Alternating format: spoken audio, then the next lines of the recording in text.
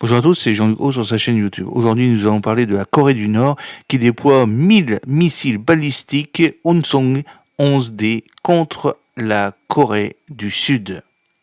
C'est le 4 août 2024 que la Corée du Nord a annoncé le déploiement de 250 lanceurs de missiles balistiques Hwasong 11D à sa frontière sud, marquant la première fois que le pays révélait publiquement un transfert d'armes d'une telle ampleur à ses unités frontalières.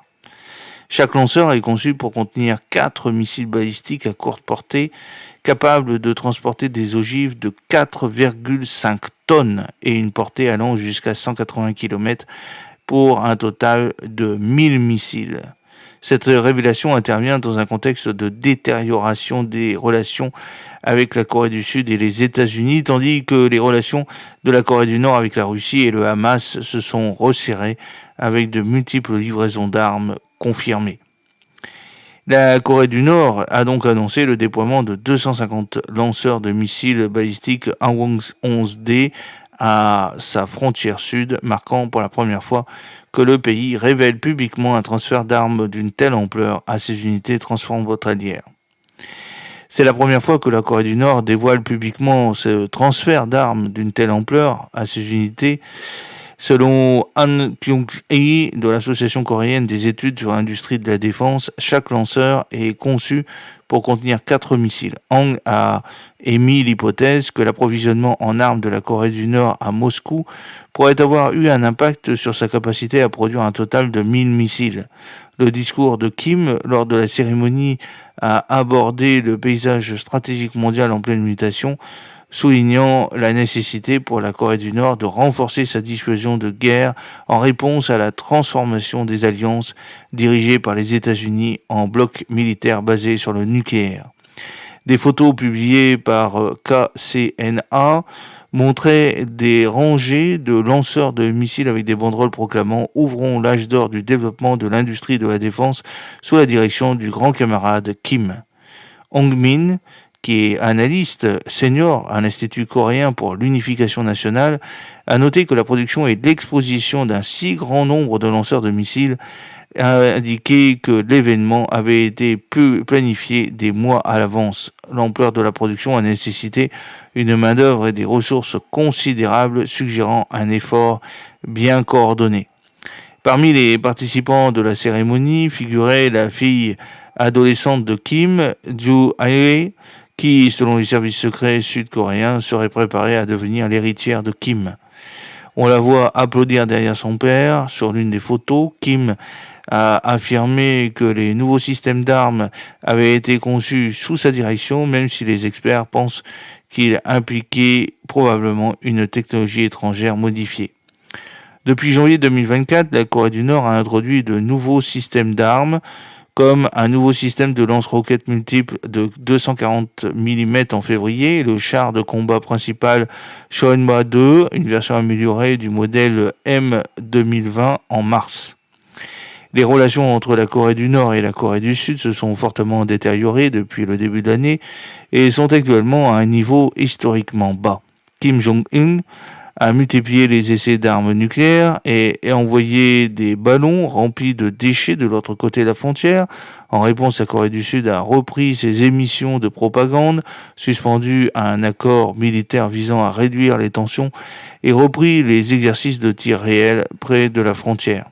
Pyongyang a par exemple qualifié la Corée du Sud de principal ennemi, démantelé les agences dédiées à la réunification et à la sensibilisation et menacé de guerre pour toute atteinte territoriale, même minime, ce qui a conduit à des exercices militaires agressifs, notamment le lancement d'environ 200 obus d'artillerie dans les eaux contestées, auxquels la Corée du Sud a répondu par un barrage d'artillerie plus important.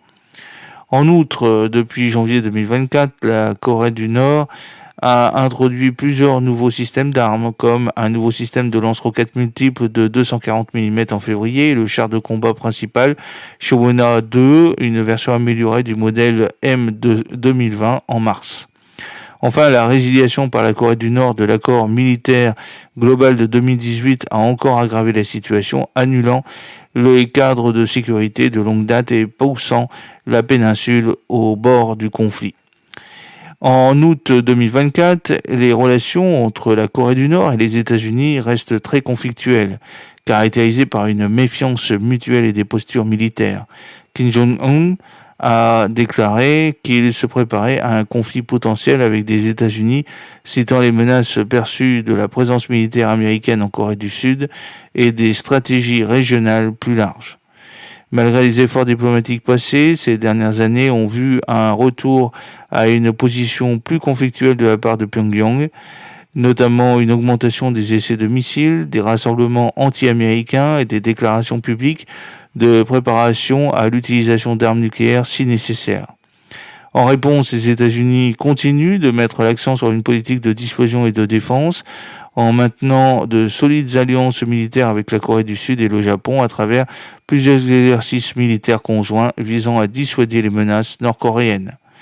Le Hwasong 11D, testé publiquement pour la première fois en mai 2024 sous la supervision de Kim Jong-un, est une version améliorée du KN-23 qui a connu de nombreux tests réussis depuis ses débuts en 2018. Ce missile a une portée opérationnelle comprise entre 100 et 180 km et peut transporter une charge militaire conséquente de 4,5 tonnes, ce qui le rend capable de frappes à fort impact contre des positions fortifiées ou des infrastructures critiques.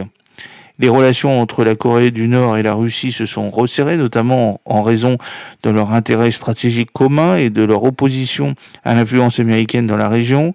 Ces relations ont été renforcées par la signature récente d'un partenariat stratégique global qui comprend un traité de défense mutuelle qui engage les deux pays à se soutenir mutuellement en cas d'attaque par un tiers.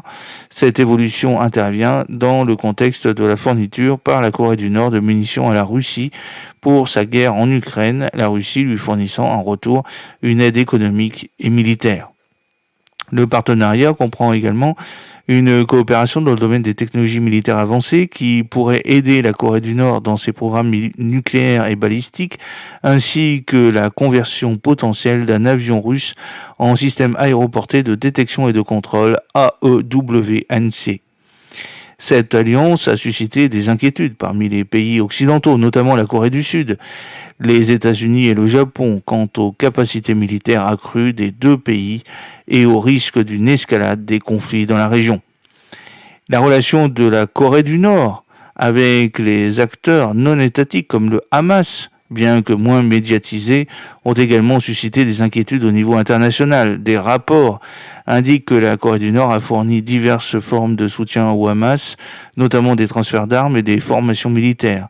Ce soutien s'inscrit dans le cadre d'une stratégie beaucoup plus large de la Corée du Nord, visant à nouer des relations avec des groupes et des États opposés aux politiques américaines et israéliennes. De telles relations compliquent le paysage sécuritaire international et soulignent le rôle de la Corée du Nord dans la prolifération mondiale des armes. Dans l'ensemble, les manœuvres géopolitiques de la Corée du Nord reflètent ses objectifs stratégiques visant à renforcer ses capacités militaires et à tirer parti des alliances pour contrebalancer l'influence occidentale. Kim a souligné la nécessité d'une expansion continue du programme nucléaire nord-coréen pour contrer les menaces perçues par la Corée du Nord via la Corée du Sud et les États-Unis, autorisant des frappes nucléaires préventives si les dirigeants se sentent menacés.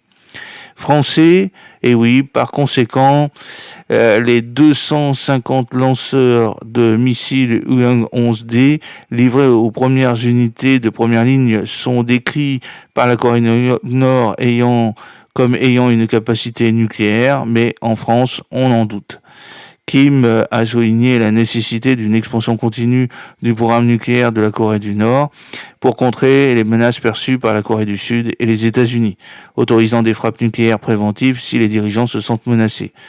Les systèmes KN-24 Hwasong 11 ont une portée d'environ 210 km, suffisante pour atteindre Séoul, bien qu'ils soient moins chers et une portée plus courte que les missiles KN-23. John Song-yong, qui est secrétaire du comité central du Parti des travailleurs de la Corée, a rapporté que la commande spéciale pour la production de nouveaux missiles balistiques avait été achevée et Kim Jong-un a exprimé sa gratitude aux travailleurs de l'industrie militaire, qualifiant la modernisation et le réapprovisionnement de l'arsenal de missiles d'événements historiques cruciaux pour la défense nationale.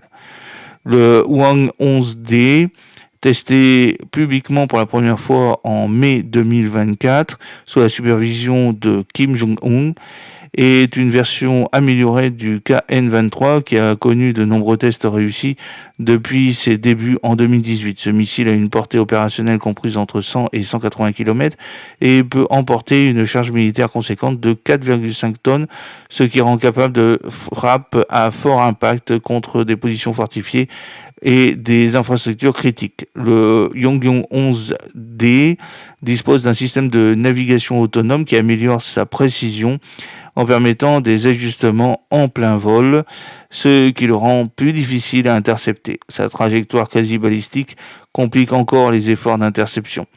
Conçu pour les plateformes de lancement mobile, le Yongbyon 11D augmente sa capacité de survie et sa flexibilité de déploiement, capable d'être lancé à partir de différentes plateformes, y compris des wagons modifiés et des lanceurs mobiles sur route. Le discours de Kim a mis en lumière les changements stratégiques et structurels importants dans l'environnement de sécurité militaire autour de la Corée du Nord, motivé par le passage des alliances dirigées par les États-Unis aux capacités nucléaires. Il a réitéré que la véritable paix est garantie par une force forte et que les capacités défensives de la Corée du Nord doivent continuer à évoluer. Il a critiqué les États-Unis et leurs alliés pour l'escalade des tensions militaires et a déclaré que l'expansion militaire de la Corée du Nord est essentielle pour assurer sa souveraineté et sa sécurité. Les images satellites ont confirmé l'installation de centaines de lanceurs de missiles au complexe d'entraînement militaire de Mirim entre le 3 et le 4 août 2024. Kim a déclaré que les nouveaux systèmes d'armes renforceraient la capacité de la Corée du Nord à répondre à toute menace et serviraient de puissants moyens de dissuasion. Il a déclaré que le développement continu des capacités militaires était vital pour la sécurité et la prospérité de la nation de la Corée du Nord. J'espère que cette petite vidéo vous a plu. N'oubliez pas de cliquer sur le pouce pour la promouvoir, de vous abonner si ce n'est pas encore fait et de partager cette vidéo sur vos réseaux sociaux. À très bientôt, fidèlement, Jean-Luc Haut.